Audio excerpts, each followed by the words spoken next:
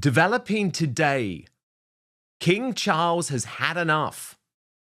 And despite the fact that he offered an olive branch to Prince Harry and Meghan Markle twice in the past 3 months, first, that face-to-face meeting that took place at Clarence House. Secondly, by the strategically positioned photograph at Camilla's annual Christmas event that just happened to show 2 different shots of Harry's wedding to Meghan, there is no reconciliation. Harry and Meghan are lying. Indeed, sources close to King Charles telling the Times newspaper that suggestions Charles and Harry are back in contact chatting on the phone at any point after that meeting. Those suggestions, according to the Times newspaper and sources close to the King, are laughable. So Angela Levin, Prince Harry's biographer, our royal mastermind, joins me now.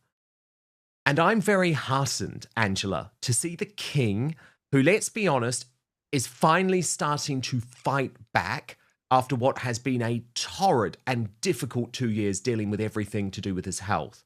But we've seen these dueling new developments. Firstly, good news on his health. Sure, I'm not in remission. This cancer is incurable, most likely, even though he won't say that in public. But treatment will be reduced in 2026, which should give him more opportunity to take control of his family and to be seen in public more and to do even more. So that's the first good news. But secondly, Angela, this briefing to the Times hitting back against what is quite frankly now distortion and disinformation coming from Montecito, coming from the Sussex camp, I think is very important, Angela, because it's the King saying, hold on a moment. Yes, we may have included this photograph because you will always remain part of the family, but your behaviour since that meeting in September has been reprehensible. I mean, think, Angela, they leaked the details of it. They then went back on their agreement with Charles not to keep on going into legal battles with his government. So actually, I felt quite heartened, Angela, by the King and Buckingham Palace finally putting their foot down this week and saying enough. It also shows that you can trust nothing coming from Prince Harry and Meghan Markle. But what do you make of it, and what is really going on? Well, one of the things I think I've got absolutely spot on is that Camilla decided to put 2 pictures of them on the desk nearby. And I think that is because last time they made a huge fuss. Harry sort of blew the top that he wasn't on the picture, and neither was Meghan. So you shove a picture on a table, you then say they can't say anything, that will shut them up. I don't think it's anything to do with, yes, we'd love to have them here.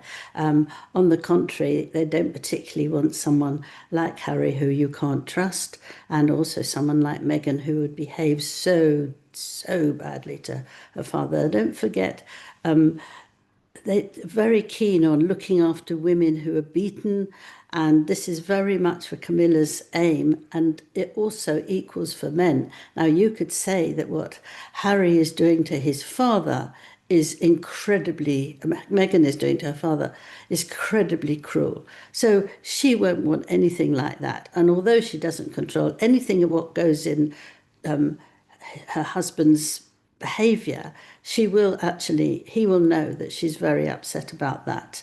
And I think that will make an important thing that happens. But I think with Charles and energy and things is very good. I actually think that the person who keeps saying, you've now got to make everything right with the monarchy is actually a bit too superior. I think King Charles has made a wonderful time of working hard while he was so ill. And I don't think anyone has the right to tell him to get on with it and to make a better thing that's going on for us. I find it very tasteless, and actually not necessary. It's to make a fuss and make a noise. Here I am, better than them, telling them what to do. I don't really like that at all. No, and it's I quite think, telling, though, isn't it, Angela, that Harry wants to present something to the world that isn't actually true. He has wanted to lie to us. And a lot of people in the mainstream media have gone with this lie, you know, especially his propaganda outfits like People magazine, that well, if actually they, after September things with Charles are good, but they're not. They're worse. well, anybody who believes what Harry says and believes what he's done and believes that his father desperately wants him and needs him for helping him, they're all crazy. Nobody believes it. I don't believe a thing he says, because he just does it because he feels he's not getting anywhere. And so he keeps pretending that there's good things going on for him, but they're not. He's had it.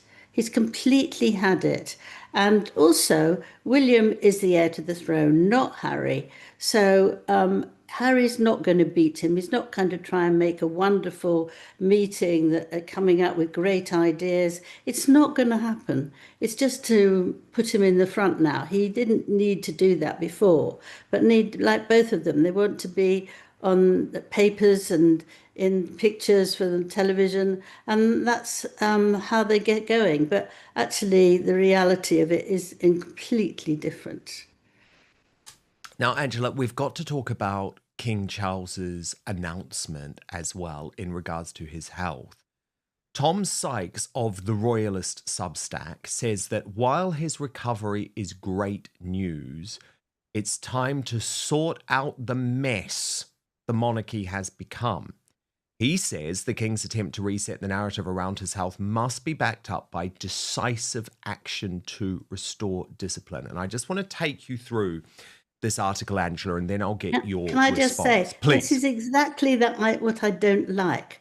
I mean, if he was the monarch here, how would he do things? I mean, he couldn't do it. It's very hard. They work all the time that they can. And I think it's very unpleasant and rude to tell him what he has to do. It's a bit like, Meghan telling her father what he's got to do. I think it's completely wrong. I don't know him, but I just think that that's not good behaviour. But it makes a good piece in the paper. That's it. Well, let me just read you the Substack, Andrew, and then, I mean, jump in at any point, okay, when there's anything you want to pick up on. So he has written, what mattered most about King Charles's statement was not what it said about his cancer, but what it signaled about power, control, and whether he is finally ready to reassert authority over an institution that has, over the past 2 years, drifted badly off the rails.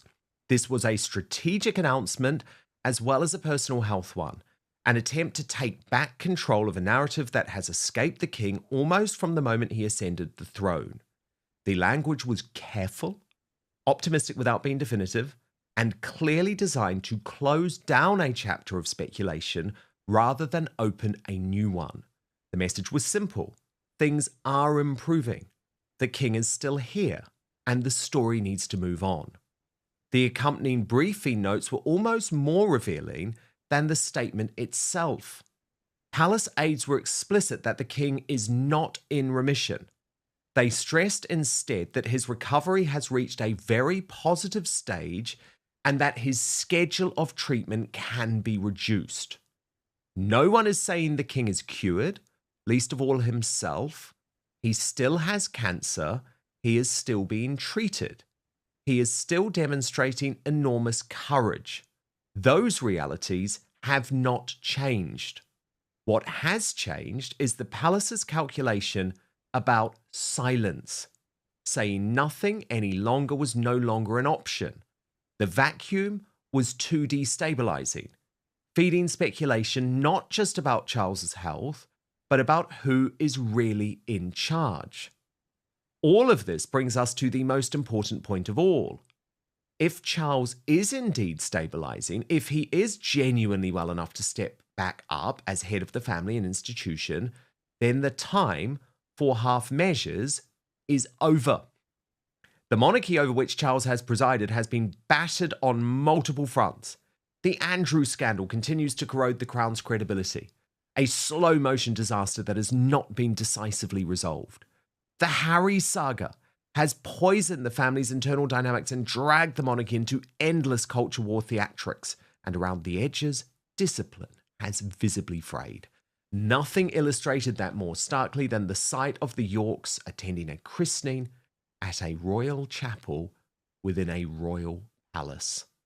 So tough words there for King Charles. Angela, how do you want to respond? Well, I will respond in one way to say, on the other hand, he has helped 100,000 people who might have cancer to go straight away quickly if they don't feel well. I mean, you've got to take into account that this is incredibly important. He's speaking about cancer. He goes to talk to people who have cancer. And the day after he gave that speech, they couldn't take enough people to help them. And I listened to two doctors who said that, we are so grateful to him. It's wonderful. People will listen. They do listen to him, and he can change their lives. Well, I think that that's something that's very important.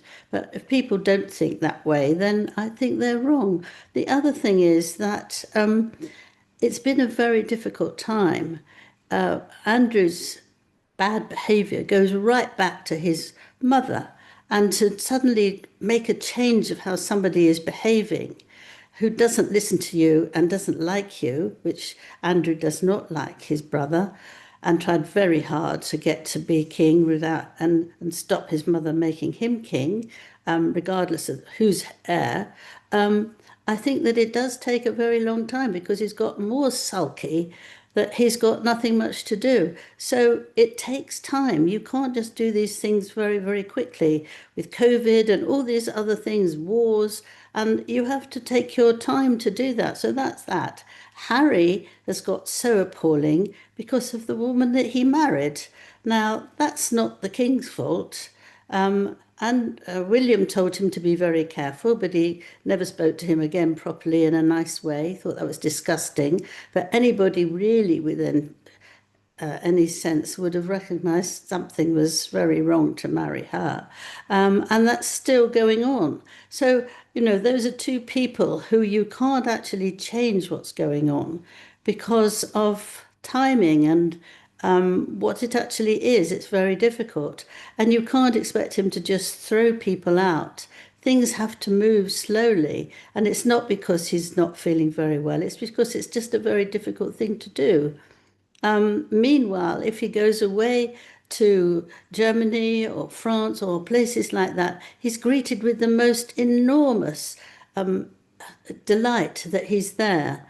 Things work out very well. He's pleasing people all around the country, to Donald Trump as well. So I think that that's a very good thing. Even if he felt tired and he wanted to go home, it was a very successful, grand eating time. And, I think that's very good. I don't think you can just decide what you think is the most important thing in this world, what he should do. And actually, the other things that gently are helping and changing things.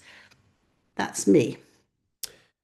Angela, there was another big moment this week, and it was when GB News had to make a grovelling apology live on air to Meghan Markle's mother, Doria Ragland. Now, you'll know there's been so much speculation for so many years over that time that Doria Ragland spent away from Meghan. Tom Bower has certainly hinted at a lot, but Doria had never come out until this moment and publicly said, during that time away, I never ended up in jail.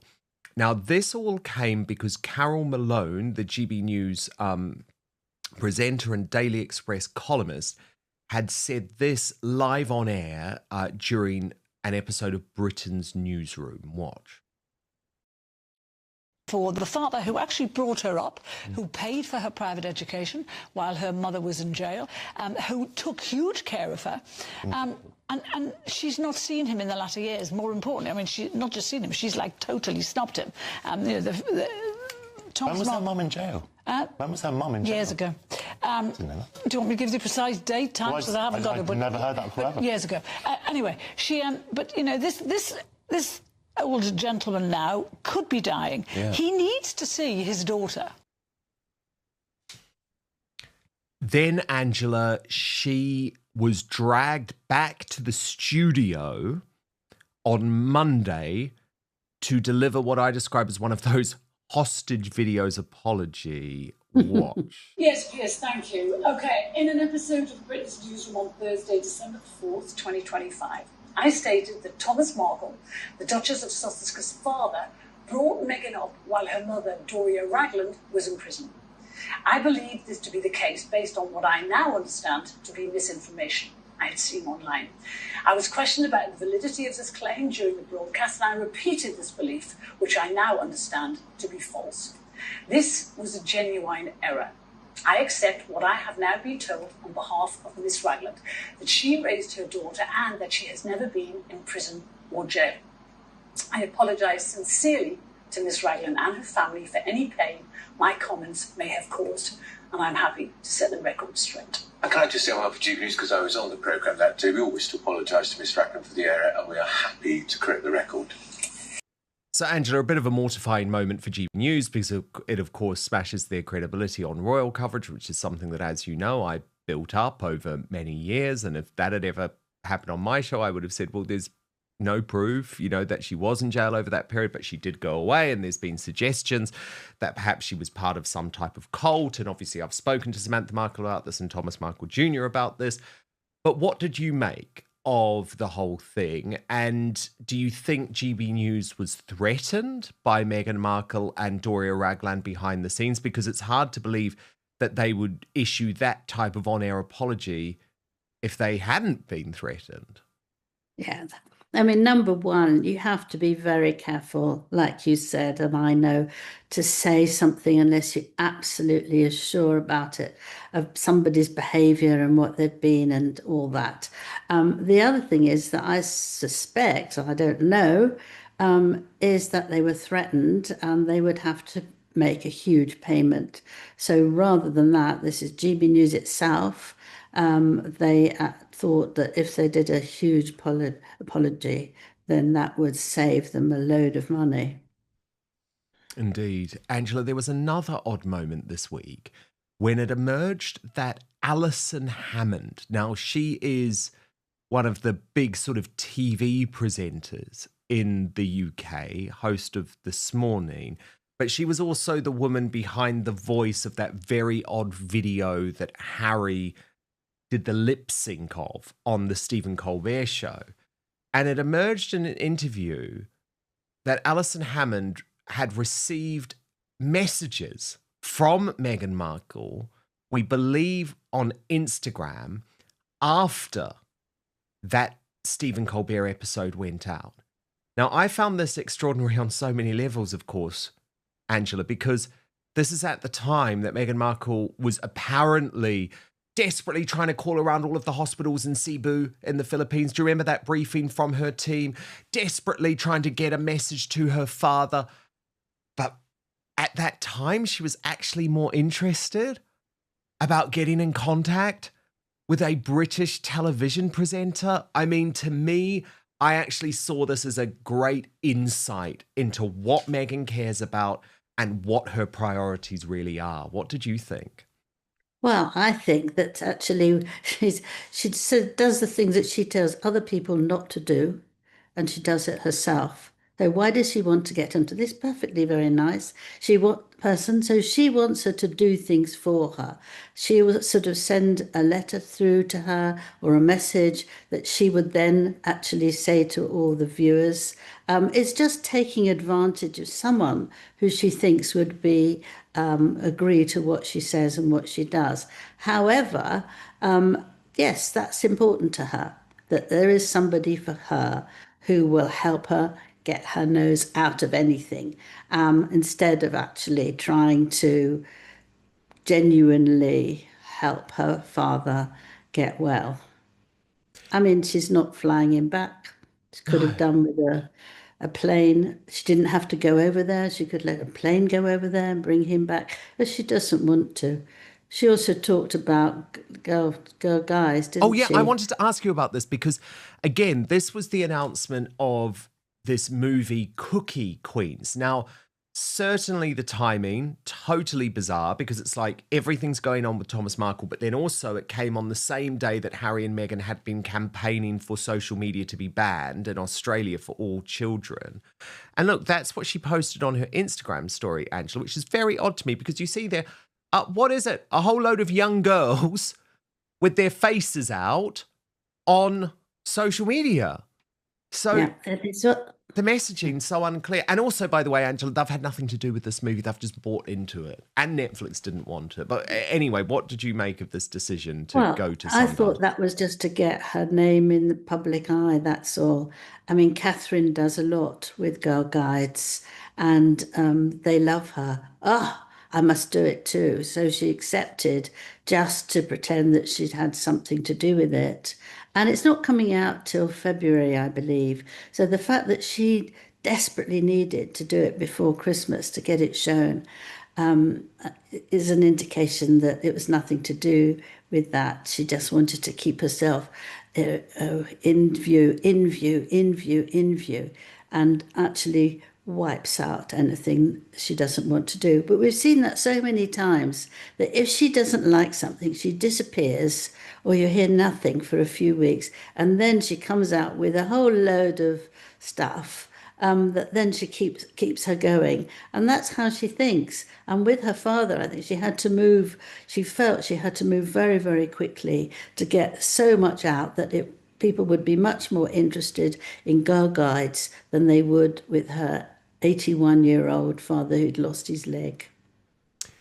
Indeed. And Angela, perhaps the most heartwarming moment of the royal week, because it actually proves that there are some young royals, not, Yes. the likes of Beatrice and Eugenie or Harry or Meghan, but there are some young royals, Angela, who are following in the footsteps of some of the down-to-earth royal greats like Queen Elizabeth II and Princess Anne. That is Lady Louise, the daughter of the Duke and Duchess of Edinburgh, on a packed train in the United Kingdom, where very often, Angela, we know it's impossible to get a seat. And rather than demanding she goes to first class or gets some type of special treatment as a royal, she sat on the floor. According to someone in the carriage, Angela, she sat on the floor for that entire journey. It actually really makes me like this woman. I already like that family, actually. I think Sophie and Edward do a great job. I think their daughter and son are lovely. And I think they're actually a really solid family. But this really made me respect Lady Louise, who, remember, was incredibly close, Angela, to the late Queen and the late Prince Philip. They would have been proud.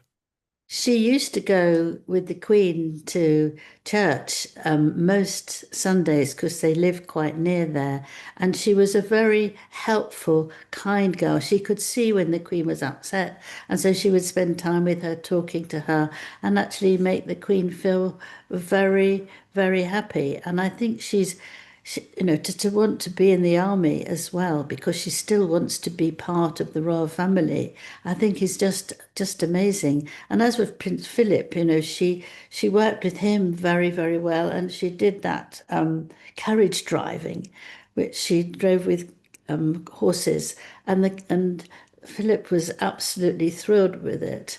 And she would do it for him, and they would have a lovely time together. So she's a very special young woman who is charming to the much older people. They make her feel good, and she makes them feel good. And she's got a very nice boyfriend who's at the same university at St Andrews in Scotland. And she doesn't mind bringing him along when there's something going on. And his name is Felix de Silva Clump. So anyway, she's very happy with him, and she seems sort of normal. Because there was no chairs, she sat on the floor and got on with her work. You could actually see she was on the bottom of no chair and stuff. And you think, what a lovely girl. She's not demanding money. She's not saying that she's given this amount of money, then she might stay, like you started this conversation at the beginning, that Meghan wanted to do something if she was paid enough. She's not even thinking about that. She's just getting on in her jeans and doing her work. and very kind. Yeah, And and very Angela, kind to older people as well as people of her own age. yes, And that's really it's a lovely. good sign of a good person. And actually, she even has a broken laptop screen, Angela. So she's just like one of us. If the claims in this latest royal dispute are even partially accurate, King Charles appears to be signaling that he is no longer willing to let the public narrative be written entirely by Prince Harry and Meghan Markle. What stands out to me isn't the family drama itself, it's the battle over perception. For years, the monarchy has operated on a simple principle: say little, endure criticism, and let time do the talking. Harry and Meghan, on the other hand, have embraced a modern media strategy where interviews, documentaries, podcasts, and public statements become part of the conversation. These are two completely different approaches to power, and they were always destined to collide. My view is that the biggest mistake any public figure can make is assuming they can control a story forever. Eventually, contradictions get examined. Timelines get questioned. Private disputes become public debates. And when that happens, the argument shifts from who is right to who is believable. That's where things become dangerous. If Charles is indeed pushing back more aggressively, this may not be about reconciliation at all. It may be about legacy. Kings think in decades, not news cycles. A monarch cannot allow the institution itself to be defined by claims it believes are inaccurate. Whether people support Harry and Meghan or support the palace, the stakes have grown beyond a family disagreement. And here's the uncomfortable truth: public sympathy is never permanent. Many observers assumed the Sussexes would always dominate the narrative because they were willing to speak while the palace remained silent. But silence only works until it doesn't. Once both sides begin contesting the same story, audiences start looking for consistency rather than emotion. I think we're witnessing a turning point. The real question isn't whether Harry and Meghan can defend their version of events. The real question is whether the public is starting to demand evidence over storytelling. That's a much tougher environment for everyone involved. And let's be clear, if trust becomes the central issue, then every past statement, every interview, and every public appearance suddenly comes under a microscope. That kind of scrutiny doesn't just affect one side, it affects everyone. The monarchy has survived scandals, controversies, and family feuds for generations because institutions play a long game. The Sussexes, meanwhile, have built their public identity around challenging that institution. Eventually, one side's strategy was always going to face a serious test. The fascinating part is that this may be only the beginning. Because if King Charles has truly decided that enough is enough, then the next move won't determine who wins the latest headline, it could determine who controls the royal narrative for years to come. And that's the question I want to leave with you. If both sides claim they're telling the truth, what happens when the public stops listening to words and starts demanding proof?